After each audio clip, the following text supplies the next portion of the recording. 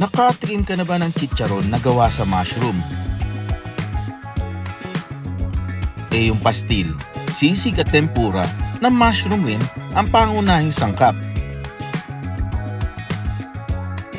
Lahat yan matitikman dito lang sa Mash Bowls na kung saan sila mismo ang may tanim ng mga oyster mushrooms na gamit nila. Kaya naman sama-sama tayong bisitahin at alamin ang patok na negosyong ito.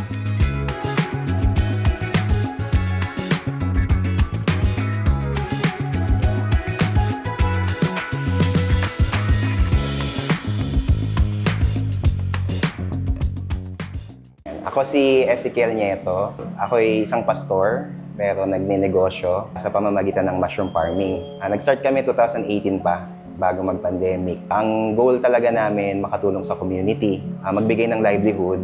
Kaya ini-involve namin yung mga underprivileged families, yung mga walang trabaho, especially mga poorpies, PWD. And then ngayon, nandito kami sa Indang for 3 years na.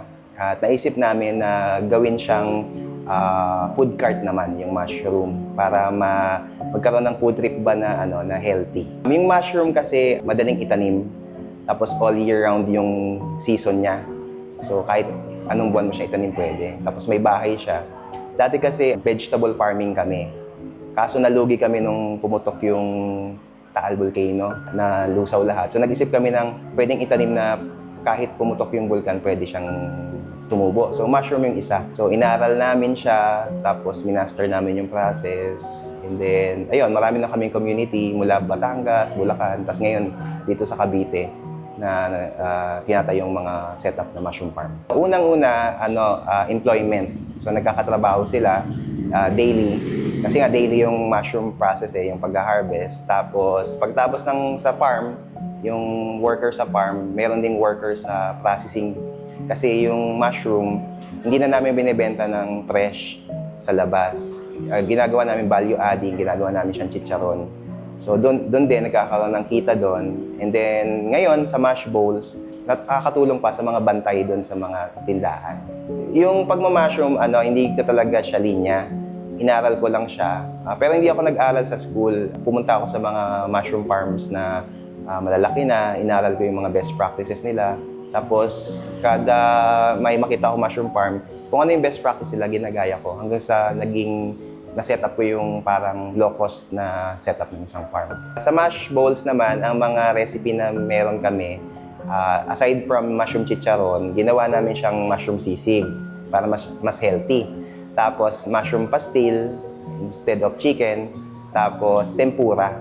Ayan. Yun yung tatlong main recipe namin sa Mash Bowls. Tapos, ginawa namin siya, kasi ang mushroom kasi high value.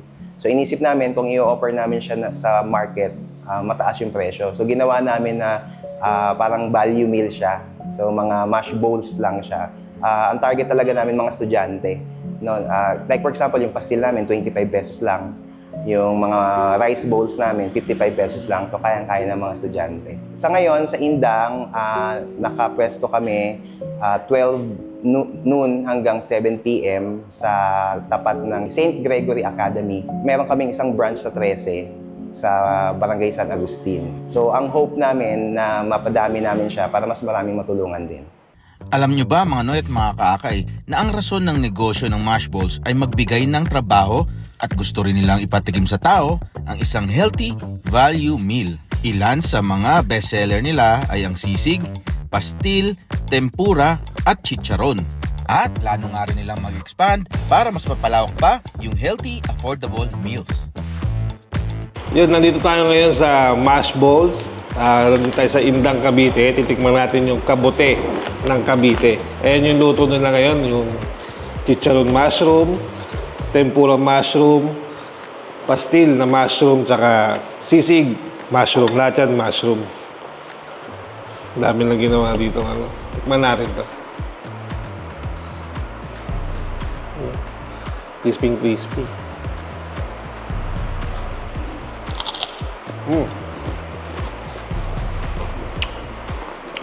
Sarap ah.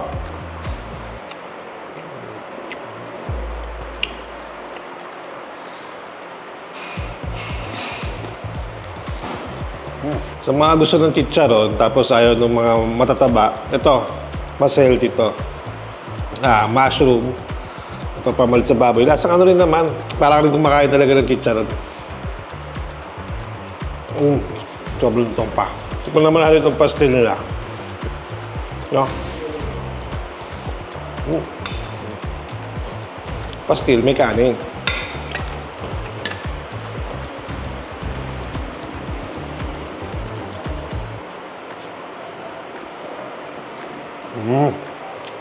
Sarap ah. Para siyang ano yung luto nung sa puso ng saging, yung may pata. Yung lasa niya. Sarap. Naman yung sisig nila na mushroom din. Simple lang yung gawa nila. Nilagay lang ng sisig sauce, tapos sibuyas, sili. Ayan. Tingnan natin.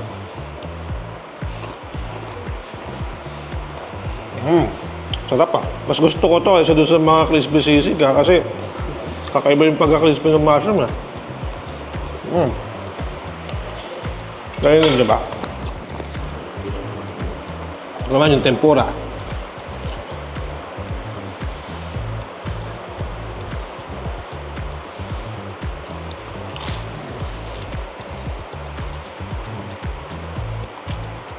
Sarap yan.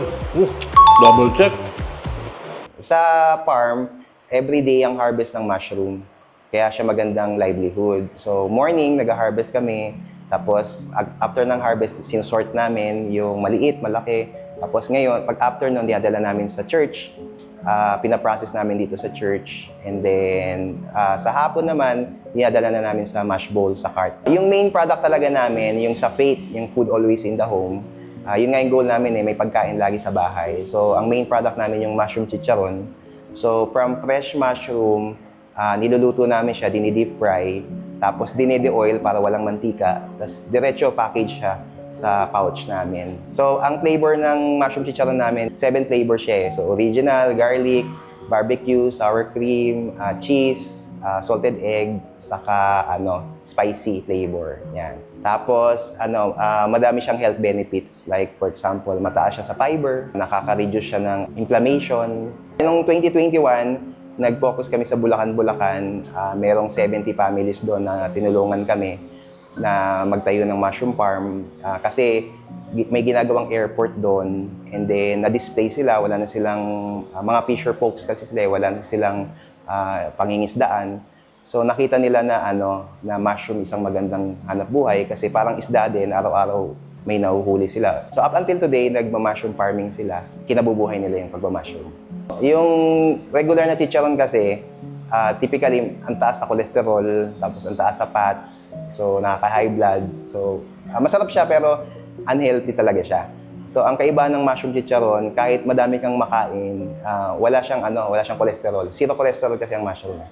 So, saka ang kagandahan, naka-de-oiled siya. So, wala siyang mantika din. Maganda siya, madami siyang, sa amin, personally, marami siyang natutulungan na tao.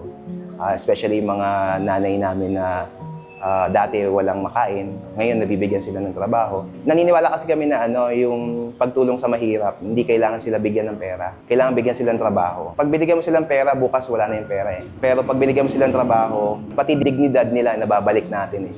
May dignidad na nababalik sa kanila. So, I think yun yung mas mahalaga kaysa sa pera. Kasi yung parang verse na hinahawakan ko sa buhay, yung let your light shine before all men so that they will see your good work and they will praise your Father in heaven. So, saka sabi din sa Bible kasi faith without works is dead. Kaya faith yung pangalan ng mushroom namin eh.